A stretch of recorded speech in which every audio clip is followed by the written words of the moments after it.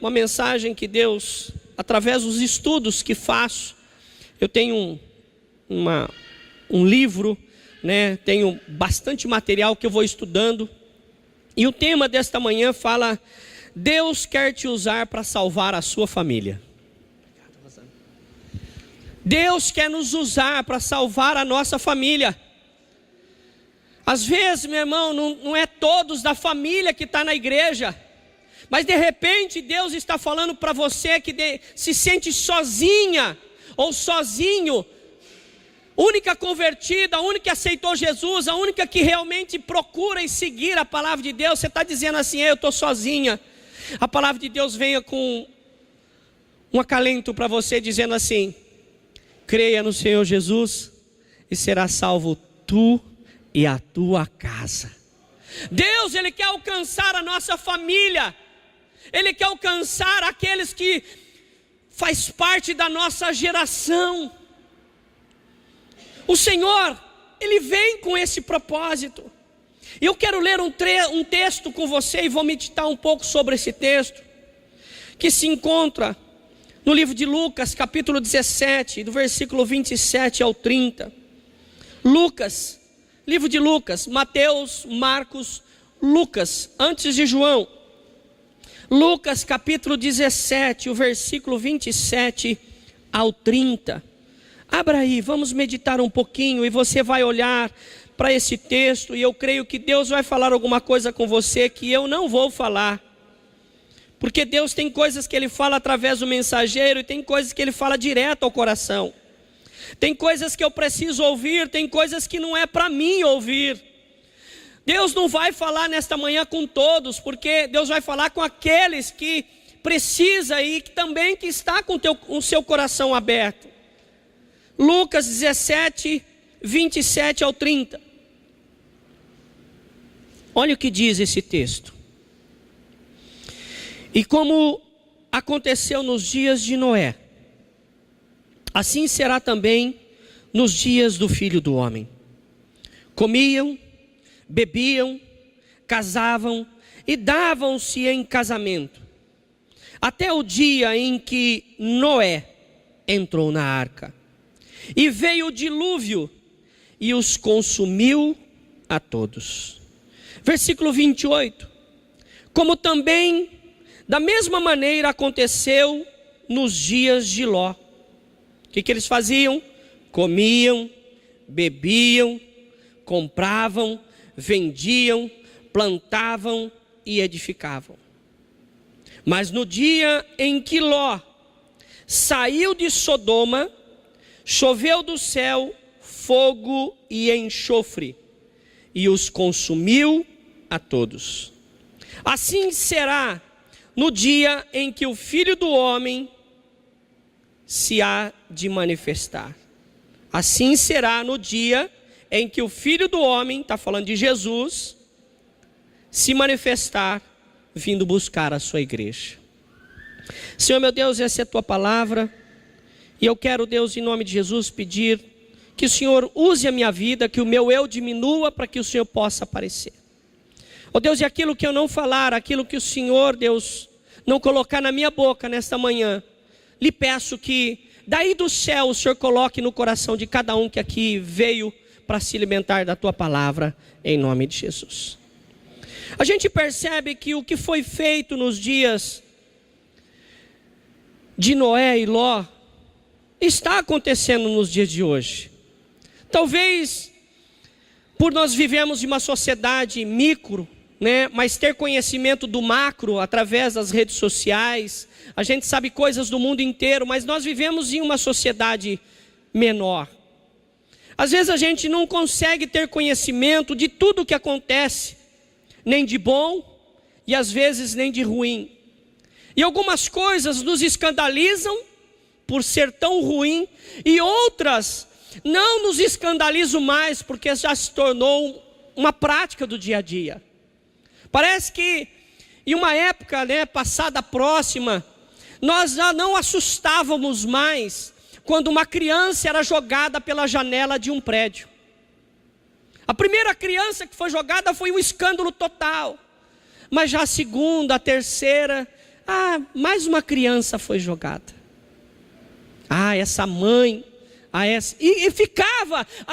Não é comum para o cristão aceitar e concordar com aquilo que está acontecendo. A palavra de Deus me diz que eu tenho que renovar todas as coisas com oração. Olhar para a situação e orar por elas. E acontecia muitas coisas nos dias de Noé, no dia de Ló. E o que coincide nos dois é que comiam, bebiam, casavam-se e davam em casamento.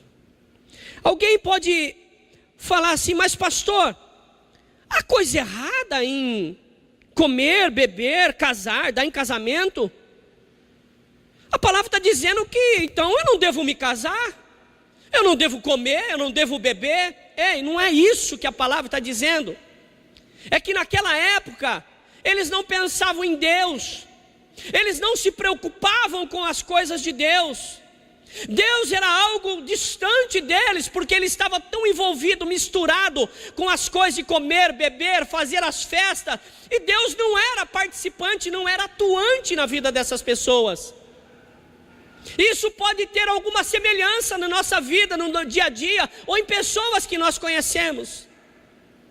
Nós encontramos pessoas nas festas, nós encontramos pessoas no velório, nós encontramos pessoas nos hospitais, nos shows, mas não encontramos na igreja. Precisamos fazer um ponto de encontro, a igreja, o encontro de cristão, onde as pessoas vão juntas como corpo para ouvir a palavra de Deus. Não é o corpo que precisa do membro.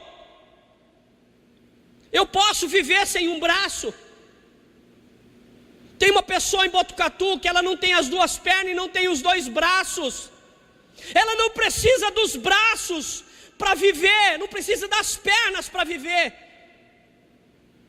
Mas os membros, a perna e o braço, sem o corpo, está morto. Nós somos membros de uma igreja. Nós somos parte de uma igreja. Um membro de uma igreja, mas longe desta igreja, ele está morto. Não é o corpo que precisa do membro, mas é o membro. Eu e você, como membro de Cristo, precisamos de Cristo, precisamos da igreja. Eu não posso ser um pastor se eu não tiver uma igreja. Eu não posso ser um crente se eu não tiver uma igreja. Eu não posso ser crente na minha casa, porque membro sem corpo é morto. Não dá. Algumas pessoas vêm para pregar aqui e falam assim, pastor, eu posso levar uma mensagem? Isso já aconteceu. De que igreja você é? Não, eu não estou indo em igreja nenhuma. O dia que você tiver, você vai ter a oportunidade de pregar. Porque, meu irmão, nós precisamos estar ligados num corpo. Eu posso dizer que sou crente cristão, mas se eu viver somente como uma capa, um nome superficial, vai acontecer o que aconteceu nos tempos de Noé, no tempo de Ló. As pessoas sim, existia que tinha um Deus que tinha criado a terra, um Deus que tinha feito o oxigênio. Meu irmão, onde é produzido o oxigênio? Onde tem fábrica do oxigênio? O Senhor nos sustenta. Nós não nos preocupamos com o oxigênio, porque o Senhor provê isso para mim e para você. Nós não fabricamos água, porque o Senhor provê a água. Nós precisamos só cuidar daquilo que o Senhor tem nos dado. Cuidar da poluição do ar, cuidar da poluição da água. O Senhor, Ele providencia. Quando as nossas vidas estão difíceis, você passa num carrinho desse aí, que vende garapa de cana, caldo de cana, e você pede um caldo daquele, e começa a tomar, e começa a perguntar a Deus, Deus, como o Senhor pôde tirar o açúcar de uma terra que eu já caí de boca na terra e não tem gosto de açúcar nenhum, mas o Senhor providencia açúcar para colocar na cana. O Senhor é Deus que tem providenciado e vai providenciar para mim e para você tudo o que precisamos. E nós olhamos para algumas situações dessas e achamos que nós somos o tal. Talvez esse povo nessa época achavam que eles eram o cara. Não. Chegou um dia que Deus fechou a arca. E tudo que estava do lado de fora se perdeu. A palavra diz, nos dois final do trecho, do versículo 27, as duas últimas palavras: consumiu a todos.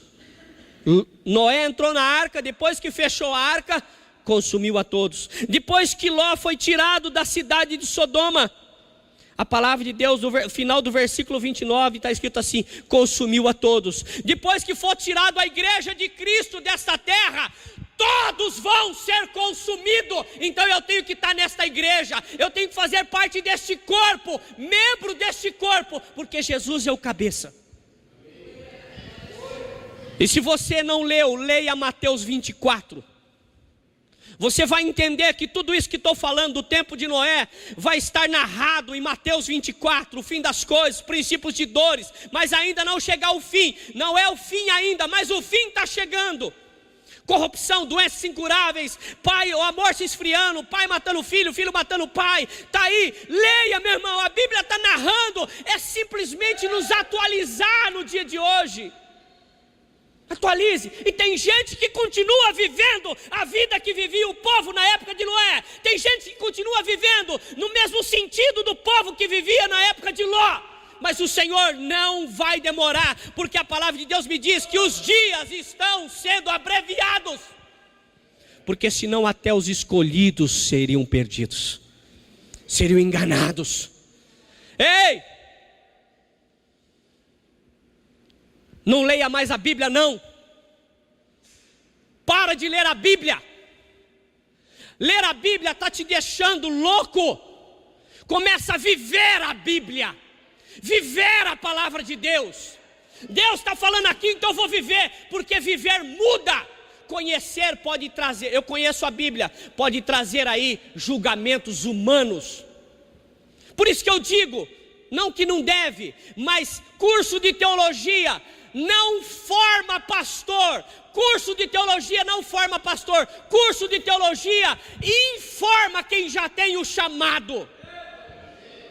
Informa. O curso de teologia é informação. Porque se formasse somente no curso de teologia, quem seria Pedro se não teve um curso de teologia? Quem seria Paulo, que escreveu 12, 13 cartas? Quem seria Paulo? Não tem um curso de teologia, não tem um diploma na parede, mas tinha vida com Deus, tinha vida com o Senhor.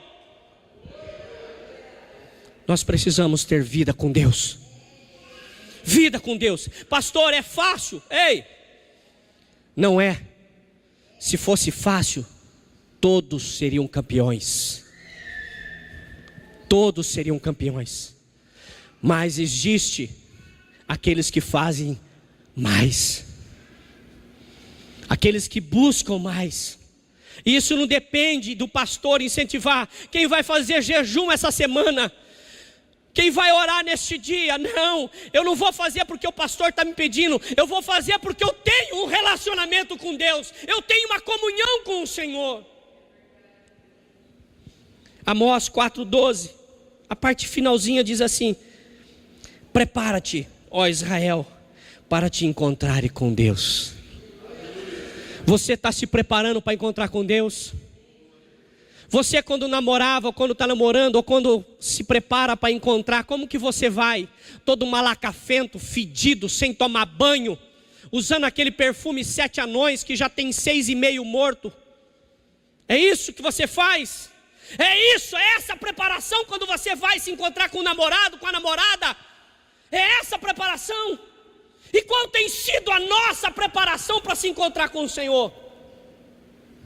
Sabe, os nossos filhos vê a atitude dos seus pais. Eu fico olhando para essa situação e começo a imaginar em uma época de Noé que não tinha nem chuva, era só orvalho.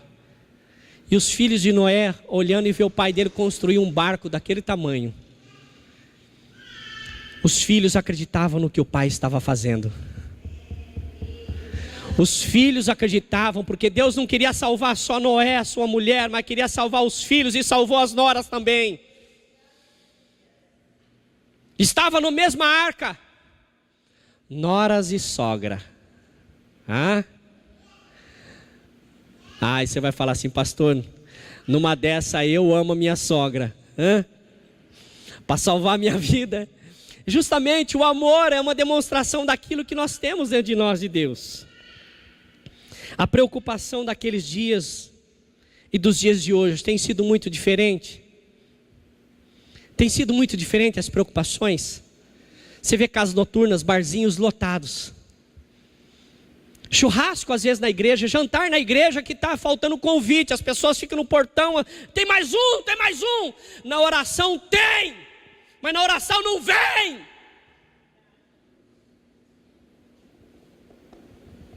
Interesses do mundo. Naquele tempo o povo não estava preocupado com as coisas de Deus. E hoje? Naquele tempo a salvação seria através da arca. Hoje é através da igreja. Será que no mundo não tem pessoas sofrendo? Será que no mundo não tem pessoas que precisam da mão de Deus? Claro que tem, mas onde eles estão? Vai afogar as suas mágoas em outro lugar, mas não quer. A palavra de Deus em Mateus 11, 28: vinde a mim os que estáis cansados, oprimidos, sobrecarregados, com problema de saúde, com problema disso, problema daquilo, venha como está, e eu vos aliviarei. Por isso devemos escolher uma igreja que prega a palavra de Deus. Por que eu digo tem que ser a palavra de Deus? E você tem que olhar na sua Bíblia, ser um bereano, porque todas as vezes que alguém falava de Deus para o bereano, ele ia lá na Bíblia para saber se era verdade. Nós devemos ser um bereano, olhar na palavra de Deus e falar assim: isso está sendo pregada, a palavra que está sendo pregada é da Bíblia ou é do pastor? O testemunho é do pastor, a mensagem é do pastor, mas a palavra tem que ser de Deus. Eu não posso pregar outra coisa. A palavra de Deus em Apocalipse 22, 18, 19 diz que aquele que acrescenta alguma coisa na Bíblia, será acrescentado sobre ele todas as pragas e sofrimento que estão na Bíblia. E aquele que tira qualquer coisa da Bíblia, um versículo, tira uma palavra porque é muito dura, a Bíblia me diz que qualquer que tira qualquer coisa do livro da Bíblia, também é tirado o nome dessa pessoa do livro da árvore santa do céu. Eu tenho que ter preocupação. Noé e Ló tinham seus filhos na mesma fé através de seu testemunho. Por que você acha que os filhos de Noé entraram na arca também? Era loucura naquela época. Era loucura o pai falar para o filho assim: vamos construir uma arca. O filho: arca, pai? Para que serve a arca? Ela vai flutuar nas águas. Eu fico imaginando o pai tendo que explicar para o filho o que Deus falou com ele. E de repente o filho falou assim: pai, eu conheço a vida que você tem. Você é uma vida reta, uma vida honesta. Você é um homem que fala com Deus. Talvez no dia de hoje fala assim: você é uma mulher, é um homem que lê a palavra de Deus. Você é um homem, uma mulher que ora. Você é um homem, uma mulher que jejua. Então eu acredito, pai e mãe, que aquilo que você está falando realmente é de Deus. Mas poderia ser diferente. Poderia os filhos de Noé olhar para ele e falar assim: pai, você está doido, nem chover não chove. Mas tinha o testemunho do pai. Tinha algo que estava ali que era muito mais forte do que palavras. Era o testemunho da vida que tinha Noé com Deus. E o seu testemunho, a sua vida com Deus é capaz de converter os seus filhos a ser o seu imitador, conforme você imita a Cristo. Conclusão: Deus quer salvar somente, não quer salvar somente a mim e a você, mas a família. A família de Ló foi tirada de Sodoma. A família de Noé foi tirada da destruição. Quem ficou lá foi destruído. Quem olhou para trás foi destruído. Mas aqueles que seguiram adiante, obedecendo o chamado, com certeza tiveram história para contar, e história de vitória. Você vai ter sempre história de vitória para contar aos seus filhos quando você enfrentar as suas lutas. Com certeza Noé e a sua família deixaram muitas coisas boas para trás. Talvez Noé deixou a sua televisão de LED Smart, deixou o seu celular para trás, seus notebooks. Noé deixou tudo. Talvez também Ló deixou tudo para trás. Talvez as mulheres de Ló estavam deixando as suas joias, aquelas correntinhas, rabo de rato, os seus brincos de pérolas, os seus anéis de diamante, e ela resolveu, não olhe para trás, maior é o que está por vir, maior é o que o Senhor tem preparado. A sabedoria, a palavra de Deus me diz que é mais valiosa do que o ouro refinado. Ei, quando você escolhe o ouro, você está trocando aquilo que é melhor que o ouro, que é a direção de Deus. Outra coisa, sendo assim, devemos orar e jejuar e interceder pelas nossas famílias. Vamos sempre fazendo isso. Essa semana separe um dia para orar e jejuar pela sua família. Às vezes o milagre de Deus está com uma rolha que você só vai conseguir destampar, tirar essa rolha com os joelhos e oração. Aí destampa e a bênção vem. Amém? Glória a Deus. Vamos aplaudir o Senhor. Queria chamar aqui o ministro.